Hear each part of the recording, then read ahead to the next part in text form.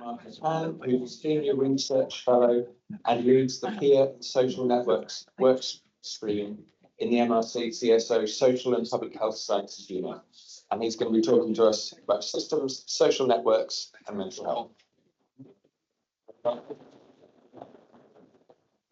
Thanks everyone. It's been a really fascinating day. I'm starting to say I don't really do NHS research on my research community day. But I think it's really something bit different and still of interest. So this is what we'll talk about. I'm going to talk through some of the key concepts that are really important for my area of work.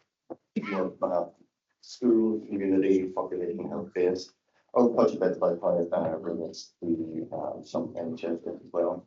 We'll talk through, first of all, a couple of definitions and concepts, a few theories, specifically in relation to mental health. And I'll get a couple of examples that have used social network analysis approach. So I'm sure I've heard the word plenty of times today about system. There's various types of system. Often we think about the health system, political systems, biological systems. At a very basic level, there's a couple of definitions here. And the key overlapping feature in all of these definitions is the idea of interacting entities that collectively create a unified whole, that is the system of interest. And again, kind of echoing the same sort of definition, there's a paper about 7 years ago that talked about the need for a complex systems model of evidence. And there's a whole systems approach to population health that comes through. And again, the idea is there are these interdependencies between various entities, and the connections between them leads to something being greater than the sum of its parts. Okay, so now if we think about what is a network, this is probably the simplest thing. So those lines, and you'll see quite a few of these in the later slides. But essentially, a network in mathematical terminology is just a way of representing relationships between discrete objects. So mathematically, we can say any set of entities and the connections between them is a network or a graph. So all of the definitions we have of systems, I'm talking about the complex systems model of population health. If a system is interdependent elements, that means that a network, it's essentially the natural language of systems. We can use it to represent any type of system, any part of a system, and that information can be really useful for us to better understand what it is that we're working with, what it is that we're trying to intervene with and improve at a population level.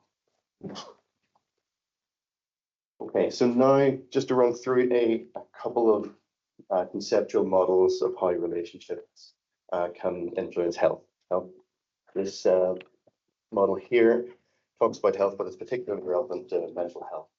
And so some of this will be quite familiar. Certainly at the bottom panel, we see the functions of social relationships and how they can provide social support, and that can be a positive aspect for individuals to promote good mental health. Now, it tends to be missing from looking only at social support. I mean, it can be common to ask, how socially supported do you feel as an individual in general? Is you lose information about how social structures lead to that type of support. So that's where the structural aspect comes in at the top, the kind of formal relations, informal social networks, and how they in turn turn into the function of support, strain, or anchorage. We went through a couple of examples. So we're talking here in relation to loneliness, but I'm sure you can see how it could apply more broadly. So from left to right, we can think about objective measures of social connection and how connected individuals are. And from bottom to top, we have the feelings, the perception, the experience of loneliness or feeling connected and feeling connection. We started out in the bottom left-hand corner. We can imagine an individual that doesn't have any social connections. They are isolated and they experience that as loneliness. With an increasing number of social connections, you can say they are objectively more connected and experience that as being less more well connected. The issue is we need to go a bit further than simply counting the number of connections. We can then look into the experience of each of those connections individually. So for one individual, say they have some source of a negative tie or source of strain among their social connections. That means for the same amount of connectedness, they experience greater feelings of loneliness, they gain less positive support from them. And again, thinking structurally, we can see how someone that objectively has more connections actually experiences that more negatively. In this case, in the bottom right, there's an individual who still has a source of strain, but there's also connections with two of their other social ties. So that social strain is then shared between their broader social network. That in itself, conceptually, we talk about constraints. These small flowed triangle shapes in social networks introduce constraint, particularly whenever there's negative ties. But with only a small change in the structure, in this case now, the individual has two social circles, one of whom contain strain and the other that is distinct and not connected to that. So that second social circle can become a source of respite, a place to vent, a place to problem solve, and thus offsets some experience of inherited challenge. So beyond simply counting, beyond only considering the positive and negative relationships, looking structurally gives us additional information on how individuals respond. This is a few simpler examples, but the complexity of the structures expands with greater numbers of individuals.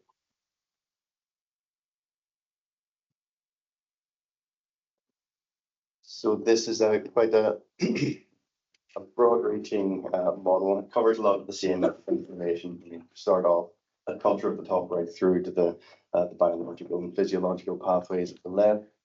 But in the second panel, you can see some of this idea about the structure, the relational structures, and how they have their effect.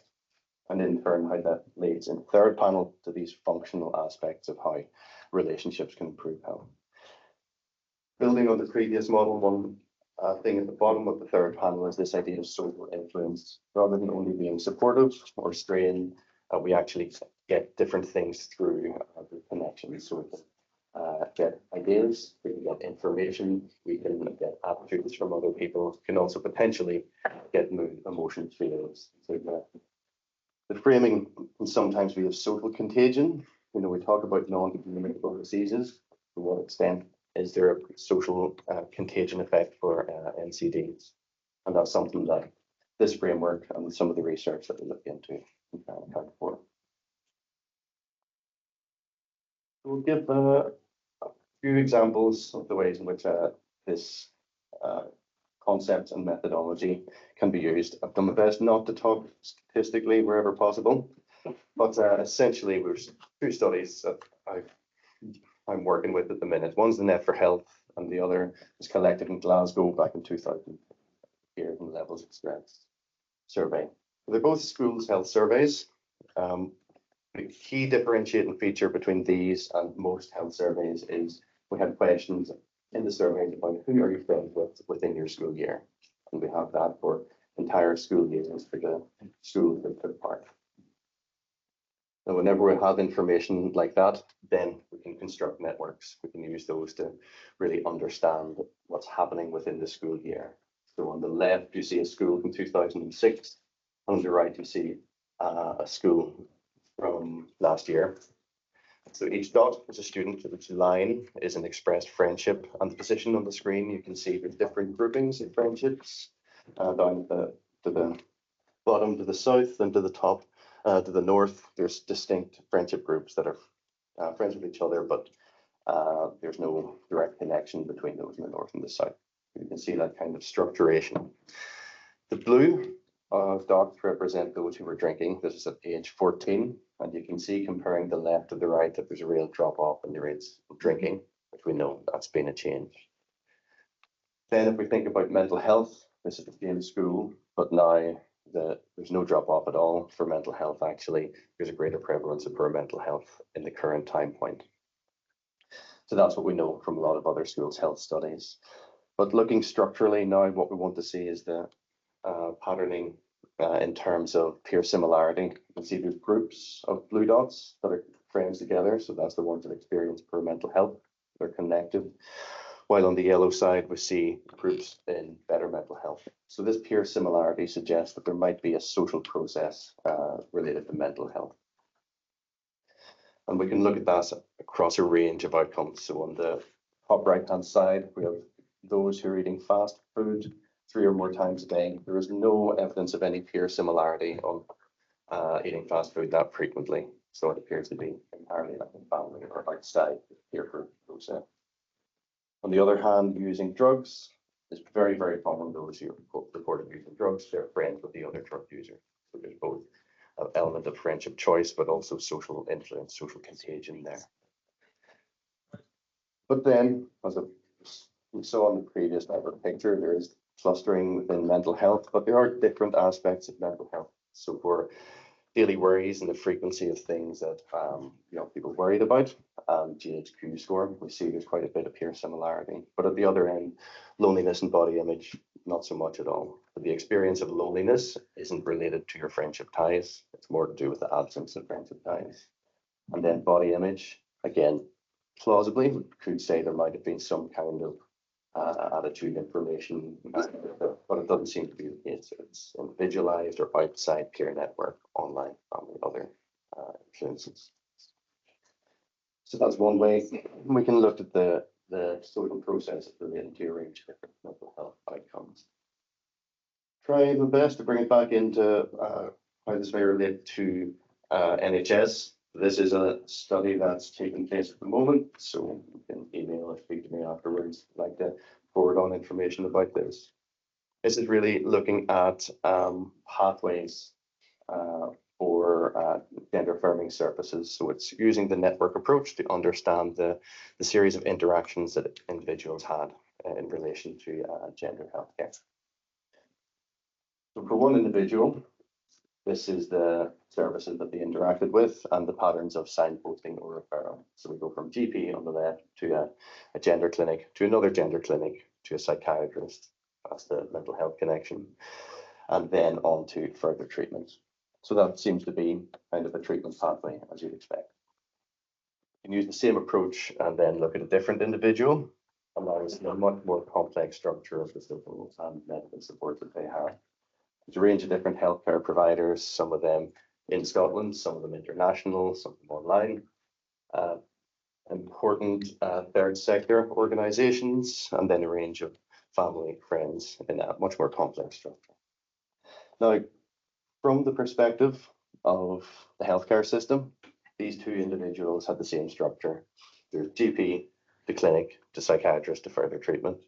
But from the perspective of the individuals, there's an entirely different social structure that relates to their health and well-being. So if we think about how this may relate to health outcomes or the success of treatment, it could be very different. So this understanding of the broader system beyond the NHS treatment pathway could give a lot of understanding about the individual patient outcomes. Another example, just going a little bit further with this kind of approach. So this was work we did with peer researchers with the Scottish Drugs Forum during COVID, and this was looking at the experience of services and the disruption due to lockdown. So for this individual, they reported that in terms of going to the food bank or meeting up with their family, there was no change due to the lockdown. For going to the addiction service and the psych nurse they work with, they did experience that negatively. Given the in person, and that caused some issues, qualitative information around this scoring as well. But for them, they also found quite a positive change in relation to the pharmacy, because for them accessing their methadone went from daily to weekly, and so that made it a lot more easy for them to self-manage and not to meet the dealers in the street every day, and so it just was a positive change. Now that's the same idea of understanding the diversity of support around the individuals. But what we did here as well is we began to construct the overall structure of the support for all the individuals that took part in each of the health boards. So not only do we see some individuals and the network of support around them, we see there's some common substance use services that were often used, also really important peer support services that were linking and how these different services were linked by multiple people. So we're beginning to construct the structure of the overall system of statutory and third sector care and support working each of the areas. And at the time, there's also even more rapid reporting back to the areas about what was and wasn't working so well. So again, I didn't want to talk about the stats too much, but there's lots of statistical approaches underneath here. With this case, we were able to see on average and within each area where there's some types of services that were more positive and more negative. Unfortunately, the mental health services were experienced very negatively in terms of the disruption due to COVID, much less so for peer support and pharmacy. So that was a quick run through a couple of the concepts, some of the approaches and a few studies of how we can use network methods to make it complexity. Now, I'd just like to talk a bit, if I have time, much time do I have? Sure. I'm okay for time, yeah. So I'll talk maybe a bit more about the idea of what makes systems complex. And so complexity science is about 80 to 100 years old, and there's no definition of complexity within the field. Everyone has their own definition. And so for me, one of the things I found most useful was thinking about the degree of complexity is a function of the number of interactions, the number of individuals or entities that there are within the system, and also the intricacy of the connections between those individuals. So if we think about, say, you've got a cut in your leg and you needed to get stitches for it, then you have a patient, a healthcare provider, and the connection between them is stitching. We kind of know how that's going to work. It's kind of replicable, and the outcomes of that treatment is pretty much predictable at every interaction. If we were then to think about, say, a talking therapy for PTSD, again, one patient, one healthcare provider, and then the interaction, the connection between them might be the style of therapy that they use. But the connection becomes more intricate because now we think about the quality of relationship, the therapeutic bond, the characteristics of the individuals. Do they have shared interests? Do they gel together? So then, in this case, there may be more variability in the exact same interaction and treatment that might vary over time. Then if we think about an individual receiving the therapy who may be experiencing financial difficulties or violence at home, then that may interact with how they experience the treatment or engage with that treatment. So then greater number of individuals, greater complexity. We can see some of the examples I showed there of the complexity of the support around individuals on their healthcare pathway. That may explain a lot of the variation of the outcomes or the support they have. Now, using network methods means that we don't need to only consider the complexity beyond a single treatment as being just complex, intractable, something that we can't really work with. We can use network approaches to really understand the complexity of those structures and work with them in ways that gives us a better understanding. Now, this is applicable at multiple levels, so we can use it to understand how the health system is structured. We can look to see broader social community systems and also the support around individuals. And indeed, as one we saw with one of the posters, we can look at the network structures within symptoms and how they intervene with them. And so having a greater understanding of the mess of the spaghetti gives us a way to look at specific points and gives us additional ways to work to improve health. So if any of that's been of interest, very happy to talk in more detail about the next. Thanks for this.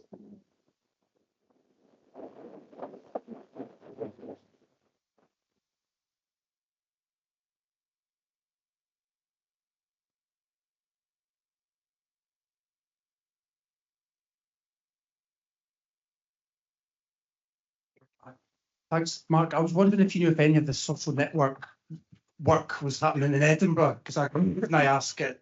There was an integrated joint board meeting last week, and that they were planning these sort of savage cuts to communities groups. It was like dementia cafes and citizens advice and food banks, volunteer centres, and the like.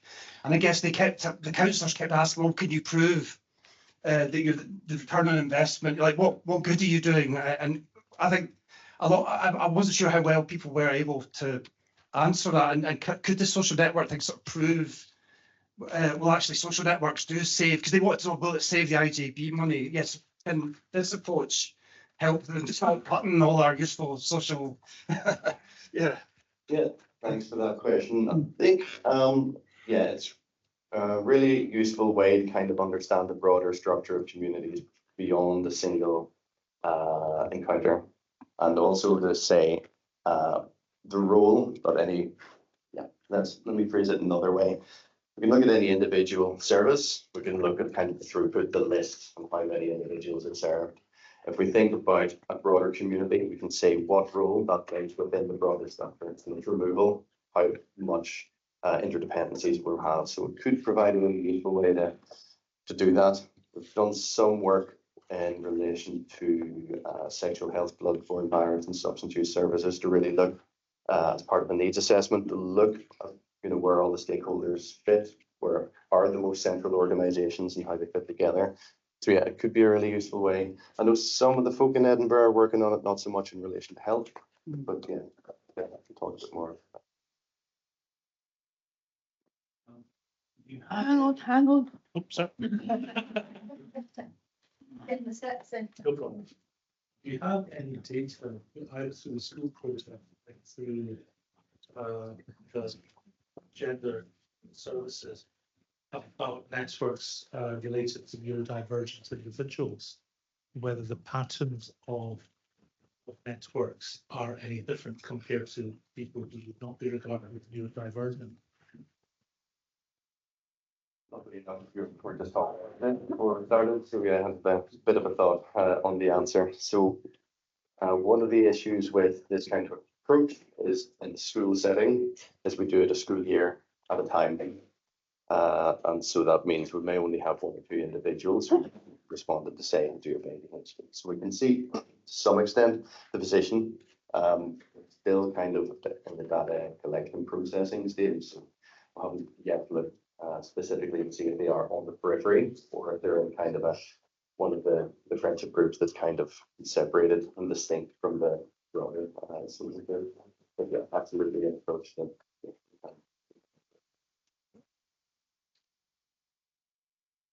I've got a question online.